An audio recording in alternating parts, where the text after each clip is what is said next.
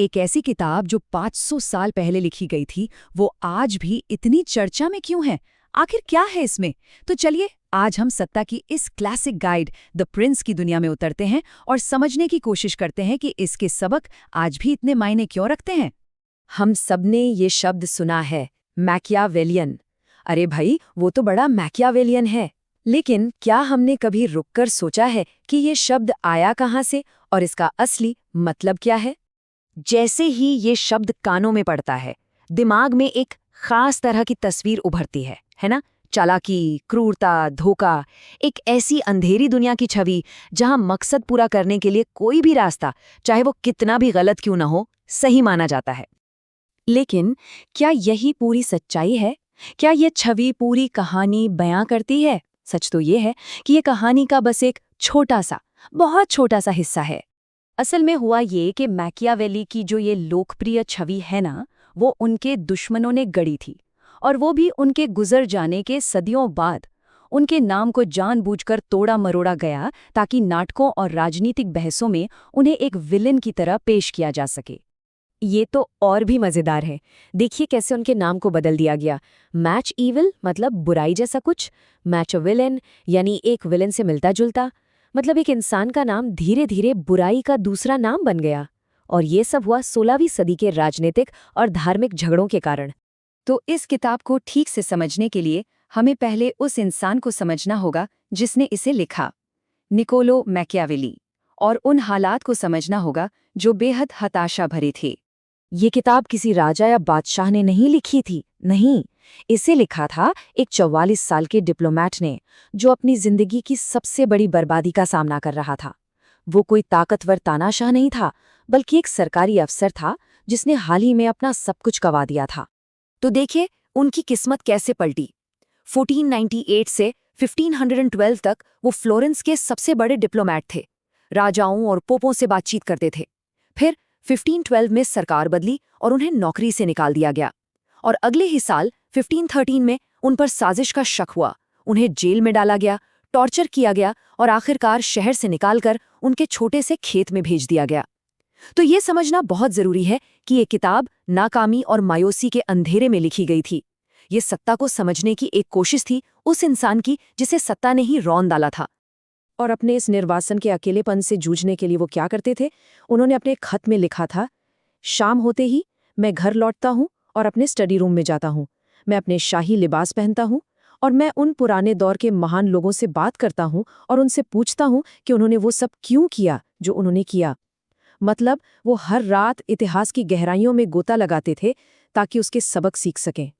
तो चलिए अब सीधे किताब पर आते हैं और देखते हैं कि लीडरशिप को लेकर इसमें ऐसा क्या नया और चौंकाने वाला विश्लेषण है। मैकियावेली ने जो सबसे अलग काम किया वो ये था कि उन्होंने इस बारे में लिखा कि लीडर सत्ता पाने और उसे बनाए रखने के लिए असल में क्या करते हैं, इस बारे में नहीं कि उन्हें क्या करना चाहिए। उन्होंने पॉलिटिक्स को नैतिकता और धर्म से एकदम अलग कर दिया। उनका तर्क था कि अपने राज्य को बचाने के लिए एक शासक को कभी-कभी सही गलत के दायरे से बाहर निकलकर भी काम करना पड़ता है। और यहीं पे उनका एक बहुत जरूरी कॉन्सेप्ट आता है, विर्तु। अब देखिए इसका मतलब नैतिक गुण या सदाचार बिल्कुल नहीं है। मैकियावेली के लिए विर्तु का मतलब था वो कोई भी क्वालिटी जो एक लीडर को सत्ता हासिल करने और उसे बनाए रखने में मदद करे, चाहे वो हिम्मत हो, चालाकी हो या फिर सोची समझी क्रूरता ही क्यों ना हो। मतलब अच्छा होने से ज्यादा जरूरी है असरदार होना। उनकी सलाह एकदम सीधी और बेबाक थी। जैसे वो कहते हैं, लोगों के साथ या तो बहुत अच्छा बर्ताव करो या उन्हें पूरी तरह कुचल दो, क्योंकि अगर उन्हें जरा सी चोट पहुंचाओगे तो वो बदला लेंगे, लेकिन अगर उन्हें पूरी तरह बर्बाद कर दोगे तो वो बदला लेने के काबिल ही नहीं रहेंगे। सीधा सा तर्क था कि आधे अधूरे काम करने से ऐसे दुश्मन बनते हैं जो पलटकर वार कर सकते हैं। और फिर आता है द प्रिंस का वो सबसे मशहूर सवाल, एक शासक के लिए क्या बेहतर है, लोगों का प्यार जीतना या लोगों में अपना डर बनाए रखना? मैकियावेली का जवाब, देखिए सबसे अच्छा तो ये है कि लोग प्यार भी करें और डरें भी, लेकिन क्योंकि ये बहुत मुश्किल है तो प्यार किए जाने से कहीं ज्यादा सुरक्षित है कि लोग आपसे डरें। उनका तर्क बड़ा सीधा था, प्यार भरोसे पर टिका होता है जो लोग कभी भी तोड़ सकते हैं, लेकिन डर सजा के खौफ पर टिका होता है, और ये खौफ हमेशा बना रहता है। इस पर शासक का कंट्रोल होता है। और अपनी बातों को साबित करने के लिए वो सिर्फ थ्योरी नहीं देते, बल्कि उस जमाने के असली शासकों के उदाहरण देते हैं, कामयाबी और नाकामी की सच्ची कहानियां। यहाँ वो दो लोगों की तुलना करते हैं। एक तरफ हैं लुए 12वां, फ्रांस के राजा, जो इटली में जमीन जीतते तो हैं पर बहुत जल्द गवा देते हैं। और दूसरी तरफ हैं सेजारे बोर्जिया, एक पोप का क्रूर बेटा, जो बड़ी तेजी से अपना खुद का राज्य खड़ा कर लेता है। एक जिसने पुराने नियम माने और हार गया, और दूसरा जिसने क्रूरता और चालाकी से अपने नए नियम बनाए और कामयाब हुआ। मैकियावेली एक साइंटिस्ट की तरह लुई के अभियान का विश्लेषण करते हैं और बताते हैं कि उसने क्या 5 बड़ी गलतियां की। पहली, उसने कमजोर राज्यों को खत्म कर दिया। दूसरी, उसने एक पहले से ताकतवर राज्य यानी पोप को और ताकतवर बना दिया। तीसरी, उसने एक और बड़े विदेशी राजा को इटली में बुला लिया। चौथी, वो खुद जीती हुई जगह पर रहने नहीं आया। और पांचवी, उसने अपना राज पक्का करने के लिए वहां कॉलोनियां नहीं बसाईं। मतलब एक के बाद एक गलत फैसले। और दूसरी तरफ वो सेजारे बोर्जिया की तारीफ करते हैं, उसकी क्रूरता भरी काबिलियत की। जैसे एक किस्सा है कि बोर्जिया ने एक इलाके में शांति लाने के लिए अपने एक बेरहम मंत्री को भेजा।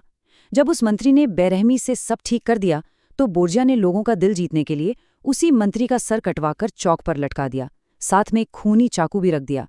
इस भयानक नज़ारे को देखकर लोग हैरान भी हुए और एक तरह से खुश भी। ये थी उसकी चाल। तो सवाल फिर वही आता है, 500 साल हो गए, इस किताब की निंदा भी हुई, इस पर बहस भी हुई और इसे पढ़ा भी गया। आखिर क्यों? ये छोटी सी विवादों से भरी किताब आज भी इतनी जरूरी क्यों है? क्योंकि इसने उस पर्दे को हटा दिया जो ये दिखाता था कि राजनीति भी उन्हीं नैतिक नियमों से चल सकती है जिनसे हम अपनी रोजमर्रा की जिंदगी चलाते हैं। इसने साफ साफ कह दिया कि ऐसा नहीं है। इसने सत्ता, नैतिकता और जरूरत के बीच के कड़वे और अक्सर क्रूर रिश्ते पर एक ऐसी बहस छेड़ दी जो आज तक जारी है। और इसकी खासियत यही है कि इसे हर किसी ने अपने अपने तरीके से समझा है। कुछ लोगों ने इसे गुंडों के लिए हैंडबुक कहा, तो दूसरों ने इसे जनता के लिए एक चेतावनी की तरह देखा कि देखो, तुम्हारे शासक असल में ऐसे काम करते हैं। फ्रेडरिक द ग्रेट से लेकर मुसोलिनी तक बड़े बड़े नेताओं ने इसे अपनाया। यहाँ तक कि ग्राम्शी जैसे कम्युनिस्ट विचारकों को भी इसमें एक नए तरह के राज्य की झलक दिखी। मतलब एक ही किताब और कितने अलग अलग मायने। और अंत में ये किताब हमारे सामने एक बड़ा और शायद थोड़ा असहज करने वाला सवाल छोड़ जाती है। क्या हमारी आज की दुनिया अब भी मैकियावेली के बनाए नियमों पर ही चल रही है? क्या सत्ता को पाने और उसे बनाए रखने के तौर तरीके 16वीं सदी के उस उथल-पुथल भरे इटली से आज वाकई में बहुत अलग है? सोचने वाली बात है।